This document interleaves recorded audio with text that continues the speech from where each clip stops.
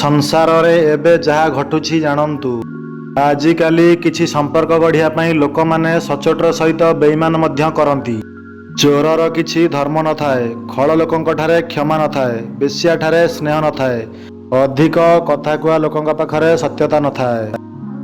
ଦୁଷ୍ଟ ମଣିଷମାନେ ମନରେ ଗୋଟେ କଥା ରଖି ପାଟିରେ ଗୋଟେ କଥା କହନ୍ତି। ବିଦ୍ୟା ପରି ବନ୍ଧୁ ନାହିଁ, ରୋଗ ପରି ଶତ୍ରୁ ନାହିଁ। ସନ୍ତାନ ସ୍ନେହଠାରୁ ସ୍ନେହ ନାହିଁ, ଭାଗ୍ୟଠାରୁ ବଳି ବଳ ନାହିଁ।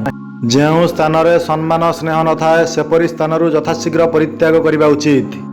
ଭଗବାନଙ୍କ ଅଦାଲତରେ ଓକିଲ ଦରକାର ନାହିଁ। ନୀରବ ରୁହନ୍ତୁ, କର୍ମ କରି ଚାଲନ୍ତୁ, ସମସ୍ତଙ୍କର ହିସାବ ଚାଲିଛି।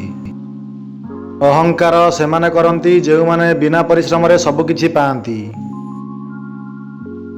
ଏ ଦୁନିଆରେ କେହି କାହାର ନୁହନ୍ତି। ଆବଶ୍ୟକ ପଡ଼ିଲେ ସମସ୍ତେ ସମ୍ପର୍କ ଗଢ଼ନ୍ତି, ଆଉ ଆବଶ୍ୟକ ପୂରଣ ହୋଇଗଲେ ସମସ୍ତେ ଭୁଲି ଯାଆନ୍ତି।